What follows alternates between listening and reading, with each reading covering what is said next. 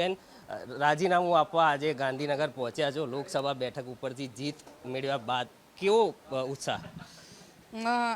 હું મારી જાતને એવું મહેસૂસ કરું છું કે રાજીનામું પણ મારું ગૌરવભેર અને એક લોકશાહીની પ્રણાલિકાને પૂરું પાડવા માટેનું ઉદાહરણ કે રાજીનામા ક્યારેક પડે ત્યારે લોકો એના ટેકેદારો પક્ષવાળા બધા નારાજ થાય.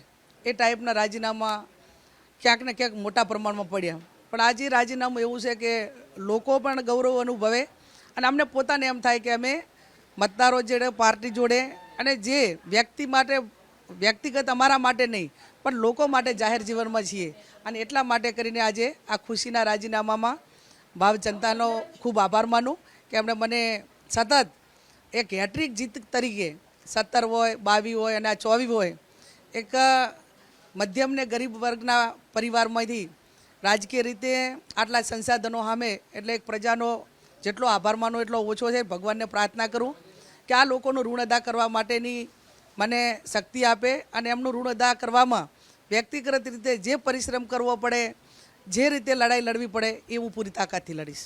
ગેનીબેન ધારાસભ્ય તરીકે તો વિસ્તારના લોકો માટે એક એમ જ હતું કે ગેનીબેન જે છે તે એક સિંહણની ઉપમા પણ લોકો આપતા. કોઈ પણ પ્રશ્ન માટે ગેનીબેન લડી જતા. હવે લોકસભામાં આપ પ્રશ્નો ઉપાડશો પણ હવે વાવ બેઠક જે ખાલી પડી છે આપના રાજીનામાથી પડશે, કયા ઉત્તરાધિકારી હોઈ શકે છે આપ માનો?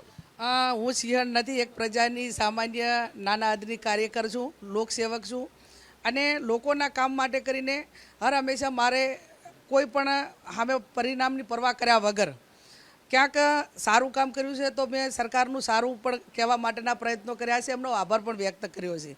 એટલે મારા માટે જે પ્રજાએ જવાબદારી સોંપી હોય એને મેં સર્વોપરી રાખી છે અને જે લડાઈ લડવી પડે એ કાયમી દિલથી લડી છે.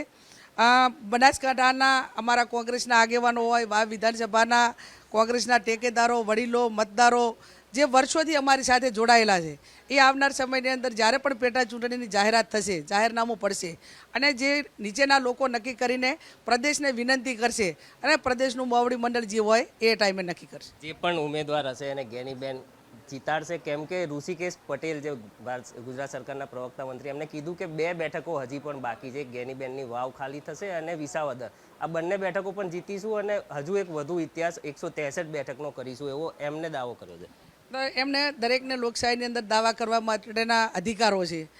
લોકસભાની ચૂંટણીઓ 5 લાખના માર્જિનથી અને 400 ને પારની વાતો થતી હતી પણ લોકશાહીની અંદર સર્વોપરી મતદારો હોય છે અને મતદારો જે નક્કી કરતા હોય છે અને જનતાનો જનાદેશ એ માથા ઉપર ચડાવતા હોય છે. પણ ગેનીબેનને હેટ્રિક કરાવી છે વાવ બેઠકે, ફરી એકવાર કોઈ પણ ઉમેદવાર હશે એ કોંગ્રેસ પાર્ટીનો જીતશે. ગેનીબેનને કેટલો આશાવાદ?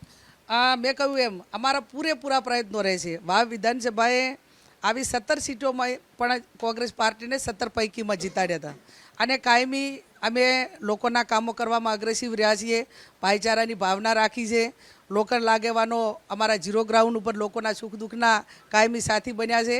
એટલે અમારા કાર્યકરો પર અને વાવ વિધાનસભાના મતદારો ઉપર અમને પૂરો ભરોસો. હવે લોકસભામાં જશો, કયા પ્રકારની રણનીતિ રહેશે વિસ્તારના લોકો માટે?